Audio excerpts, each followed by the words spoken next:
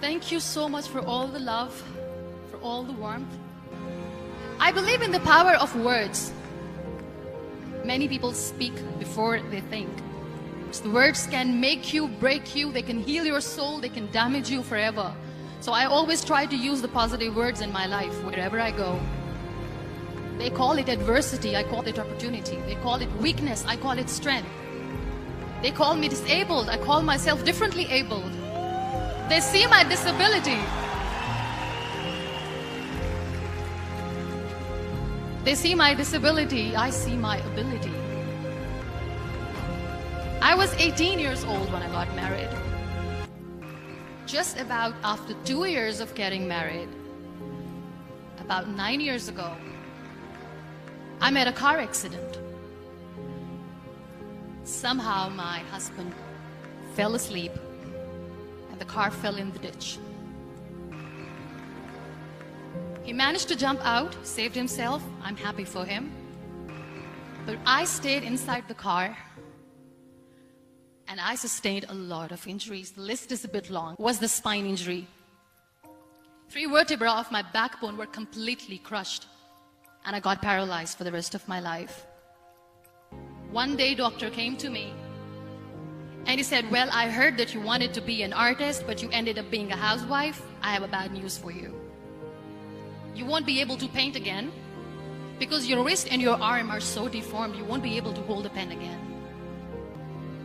Next day, doctor came to me and said, your spine injury is so bad, you won't be able to walk again. I took a deep breath and I said, it's all right.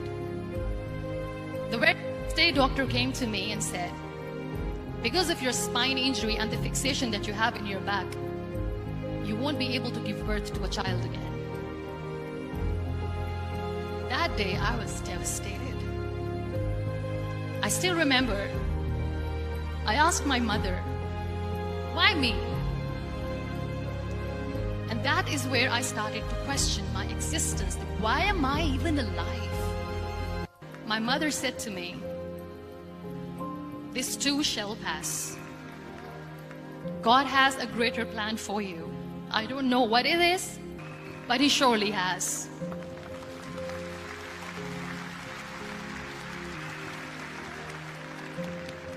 So that's how I spent 2.5 months in my hospital, crying, never complaining or whining, but painting. And then I was discharged and I went back home. Fear of unknown, fear of known, fear of losing people, fear of losing health, money. We want to excel in career, we want to become famous, we want to get money. We are scared all the time. So I wrote down one by one all those fears. And I decided that I'm going to overcome these fears one at a time. You know what was my biggest fear? Divorce. I couldn't stand this word.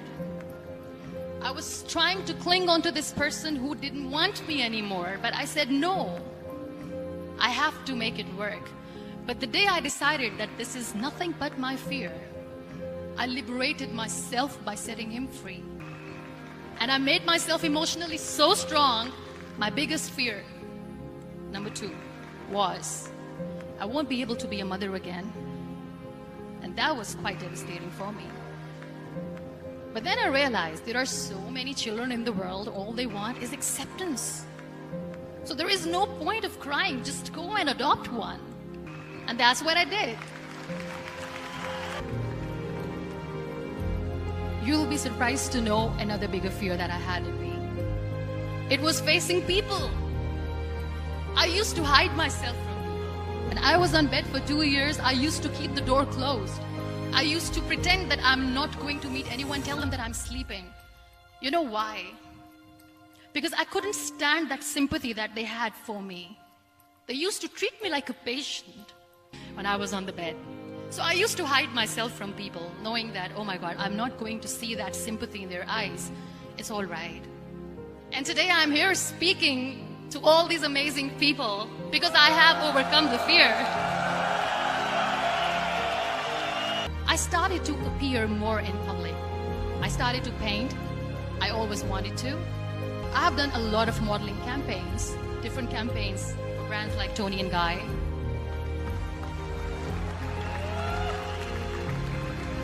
We think too much about what people say. We listen to ourselves too little. You know what makes you perfect?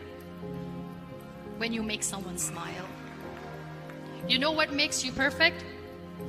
When you try to do something good for the people around you. You know what makes you perfect? When you feel someone's pain. And how beautiful pain is that it connects you with people. No other medium can connect you with others but pain. That's why I always say that I'm in pain, and that's a blessing in disguise for me. You think your glass is half empty? Come on, your glass is half full. It's all in here and here.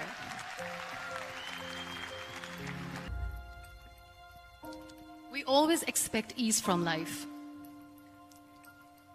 We have this amazing fantasy about life. This is how things should work. This is my plan. It should go as per my plan. If that doesn't happen, we give up.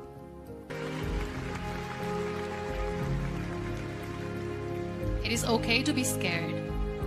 It is okay to cry. Everything is okay, but giving up should not be an option. They always say that failure is not an option.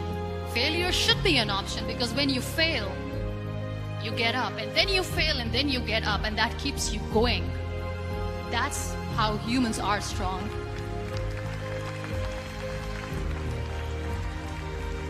Failure is an option, should be an option, but giving up is not.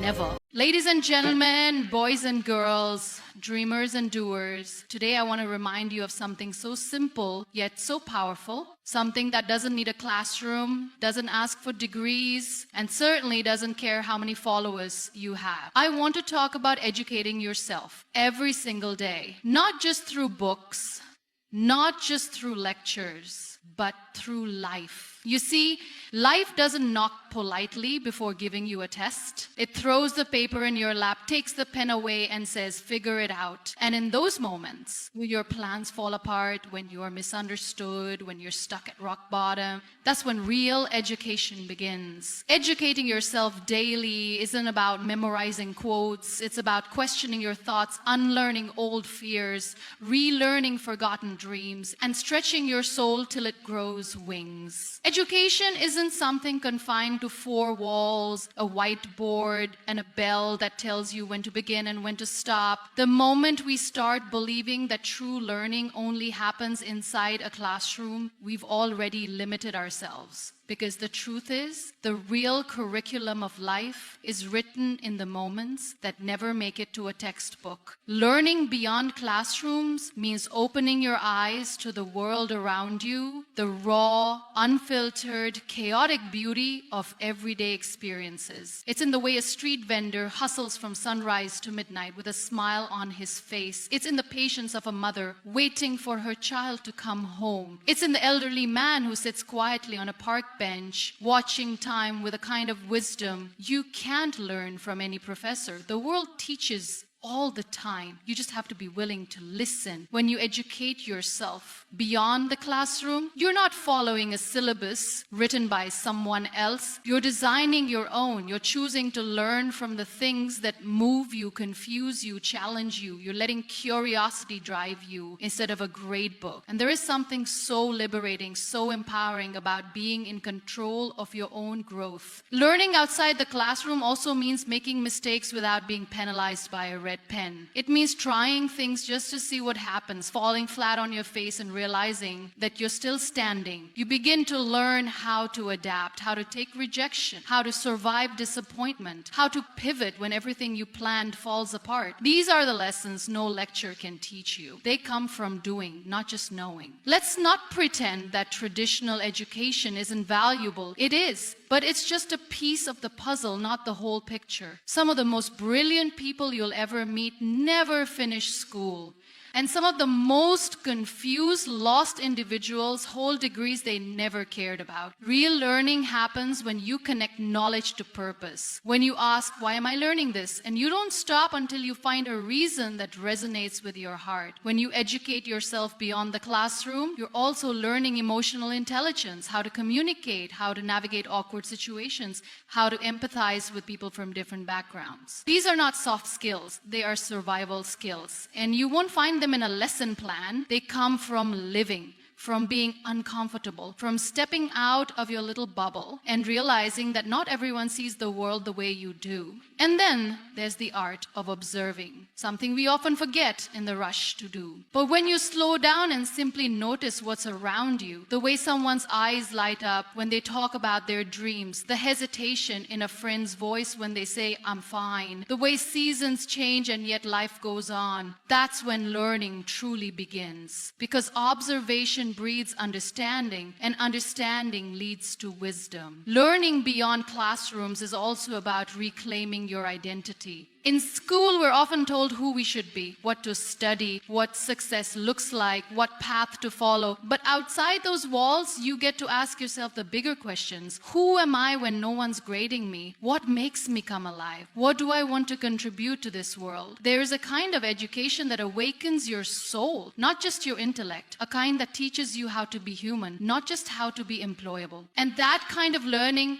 doesn't happen in a classroom. It happens in real time, in real life, in the real world. Every failure carries a lesson, wrapped in disappointment, frustration, and sometimes even shame. But beneath all that discomfort, there's always a seed of wisdom waiting to be uncovered. Failure is not the enemy. In fact, it's one of the greatest teachers we'll ever have. The irony is we spend most of our lives trying to avoid it, trying to hide from it, cover it up, or deny it ever happened. But the people who grow, who evolve, who truly rise, they're the ones who aren't afraid to look failure in the eye and say, okay, what are you here to teach me? In classrooms, we're often taught that mistakes are bad. A red mark on a test, a deduction in points, a disappointed glance from a teacher. These become symbols of failure. And slowly we start associating failing with not being good enough. But outside of that structured environment, failure doesn't mean the end. It means a detour. It means feedback. It means you tried and now you know what doesn't work.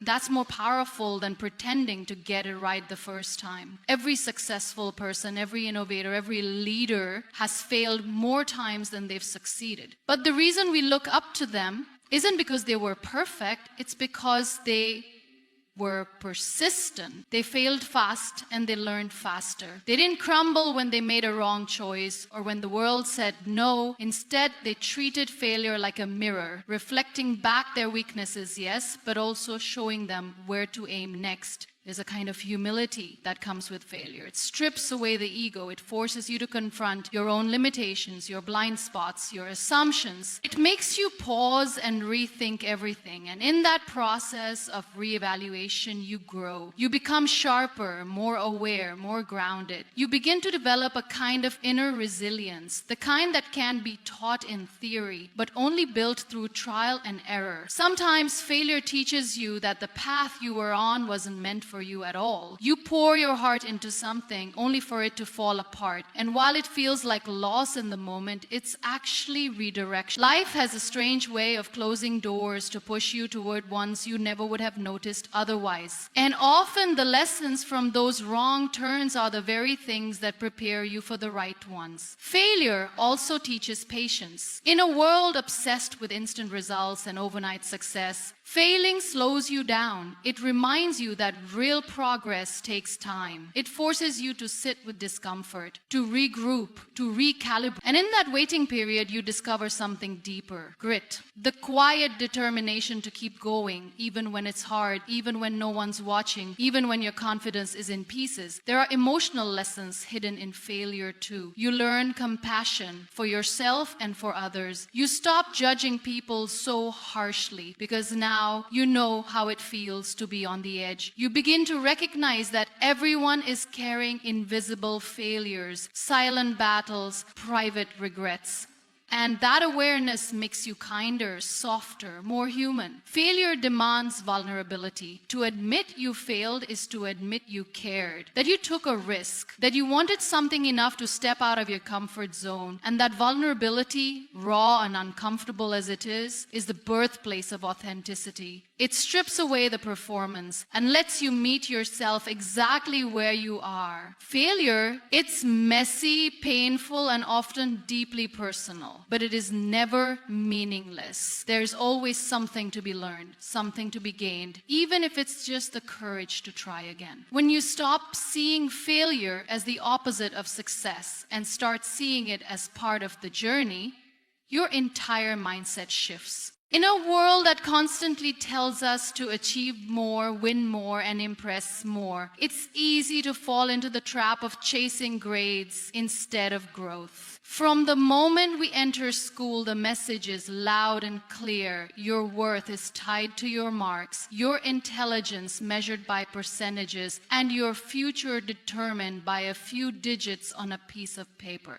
But growth, real, transformative, soul-deep growth doesn't show up on a report card. It shows up in the quiet moments when you choose to try again after failing, when you question your own beliefs, when you become a little more aware of who you are and what you stand for. Grades are temporary. Growth is permanent. A grade can reflect how well you memorized information, but it doesn't reflect your curiosity, your character, or your courage. You can get straight A's and still not know how to handle rejection, how to comfort a friend, or how to manage your emotions. That's because grades reward performance. But growth demands introspection. And the truth is, life cares very little about how many trophies you've collected. It cares about how much you have evolved. Growth means being uncomfortable. It means facing your weaknesses instead of hiding them. It means asking questions you don't have answers to and being okay with not knowing, at least for a while. It's the moment when you realize that failure isn't something to fear, but something to learn from. When you stop obsessing over being right and start caring more about being real. It's in the struggle, the confusion, the uncertainty, that's where growth lives. Sometimes growth looks like choosing rest over productivity because you finally understand your limits. Sometimes it looks like standing up for yourself, even if it means disappointing others. It can be messy and non-linear. You might outgrow people, beliefs, environments, and that can feel isolating. But it's a sign that you're evolving, that you're not settling, that you're listening to something deeper than societal expectations. We've been taught to celebrate achievement, but we rarely celebrate growth. No one claps when you choose healing over revenge, when you admit you were wrong, or when you finally let go of something that's been weighing you down. But these are the victories that matter most.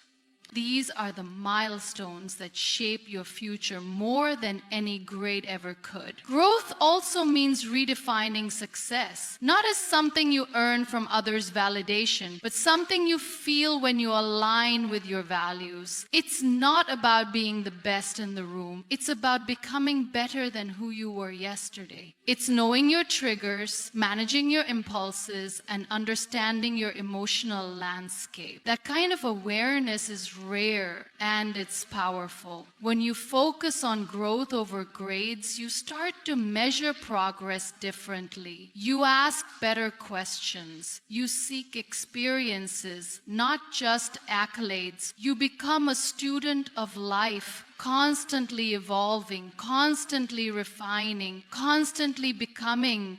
You don't just chase knowledge, you chase wisdom. And wisdom can't be tested in a 3-hour exam. It's tested in how you live your life, how you treat people, how you respond when things don't go your way. The obsession with grades creates fear. Fear of failure, fear of judgment, fear of not being enough. But growth invites curiosity. It says, try anyway. It welcomes mistakes. It honors effort. And most importantly, it teaches you that your value is not up for debate. It's not defined by a number. It's defined by your journey, your resilience, and your ability to rise again and again, no matter how many times life knocks you down. If question, unlearn, relearn. This cycle is the heartbeat of real education. It's not enough to simply absorb information like a sponge. Memorizing facts without questioning their relevance or origin is just intellectual stagnation dressed up as learning. Real growth demands more. It asks you to interrogate what you've been taught, to pull apart the layers of assumptions handed to you, and to have the courage to say, maybe I was wrong, or maybe there's more to this than I thought. Questioning is the first act of intellectual bravery. It's what separates the thinker from the follower, the learner from the echo. From a young age, we're given answers before we've even learned to ask the questions. We're taught what to think, not how to think. We're handed beliefs wrapped in tradition and routine and told to accept them as universal truths. But what happens when those beliefs no longer align with your lived reality?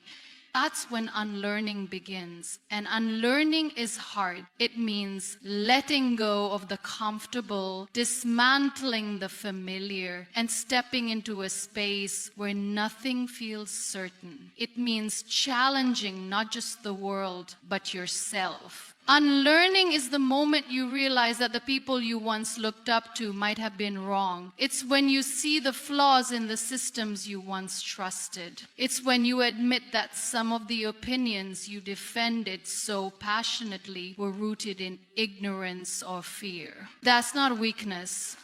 That's evolution. It takes strength to admit you've changed. It takes humility to say, I don't know anymore. And it takes self-respect to begin again, to relearn with a clearer lens. Relearning isn't just about replacing old ideas with new ones. It's about refining your perspective. It's about collecting information that aligns with truth, justice, and empathy. Relearning means staying teachable, no matter how much you already know. It means listening more than you speak, asking questions even when you think you've found the answer, and understanding that knowledge is not a destination, but a constant unfolding. You're never done. You're never too smart, too educated, or too experienced to be a student of life. This process is uncomfortable. It shatters ego. It invites confusion. But on the other side of that discomfort is clarity. You begin to see the world not as it was handed to you, but as it truly is. You stop repeating outdated narratives. You stop defending ideas that no longer serve you. You become more intentional about what you believe, why you believe it, and what you're going to do with that belief. In a world that moves fast, where information is fed to us in headlines and sound bites, the ability to pause and question is revolutionary. When you ask why things are the way they are, why certain voices are always heard while others are silenced, why some traditions are preserved while others are erased, you begin to peel back the curtain, and what you find there isn't always pretty, but it's real, and reality is the only solid ground on which to build new understanding. There is no shame in unlearning. There is only wisdom. It shows that you're paying attention, that you're evolving, that you care enough to grow. It's the refusal to stay stuck in outdated thinking, the rebellion against mental laziness. When you question, unlearn, and relearn, you're not just gaining knowledge, you're reclaiming your mind. You're saying, I choose to think for myself. You're creating space for new ideas, new voices, and new possibilities. And that is what education, in its purest form, is truly about. Empathy is essential, not optional, not a luxury for the emotionally inclined, but essential, as vital as air in a world that often feels suffocating with its noise, its chaos, its relentless pursuit of self. In an age where we're more connected than ever before and yet lonelier than ever, empathy is the one thing that still has the power to pull us back to each other. It's not about agreeing with everyone or pretending to understand every struggle. It's about showing up,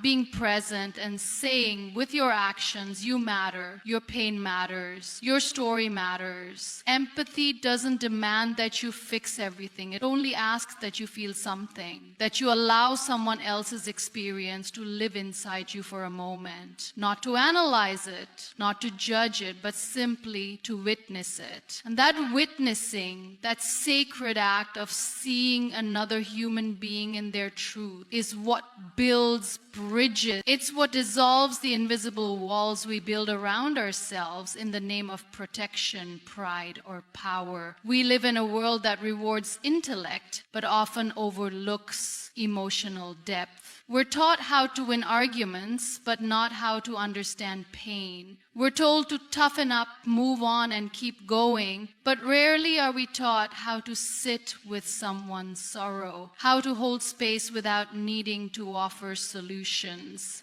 That kind of presence, that emotional stillness, is one of the most powerful forms of love. Empathy starts small, in the way you listen, not to respond, but to understand, in the way you look someone in the eyes when they're speaking, showing them that for a few seconds they are the most important thing in the world. It shows up in the silences too, in knowing when not to say anything, in letting someone cry without asking them to stop. It's not always loud or grand or poetic.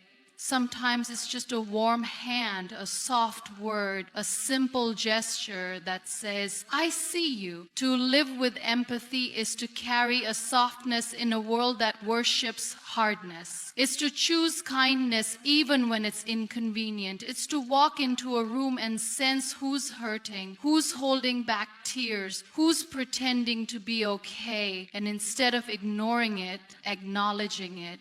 You don't need all the right words. You just need to care enough to try. Empathy also means challenging your own comfort. It means listening to people whose experiences are nothing like yours and not dismissing them because they make you uncomfortable. It means holding space for stories that shatter your worldview. It's the courage to be wrong, to be humbled, to be changed by another person's truth. That's not weakness.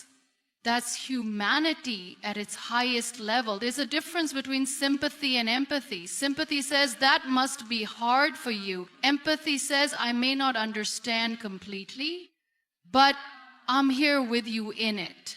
One keeps distance, the other closes it. Empathy is what makes us human. It's what reminds us that beneath the differences in our culture, our language, our beliefs, we all carry the same longing to be seen, to be heard, to be understood. Empathy is what heals. Not in some magical, perfect way, but in real, practical, quiet ways that matter. It's in the way a teacher notices a struggling student, in the way a friend sends a message just to check in the way a stranger helps someone carry their burden, not because they have to, but because they choose to. When we lead with empathy, we change the temperature of every room we walk into. We become safe places in a world full of noise.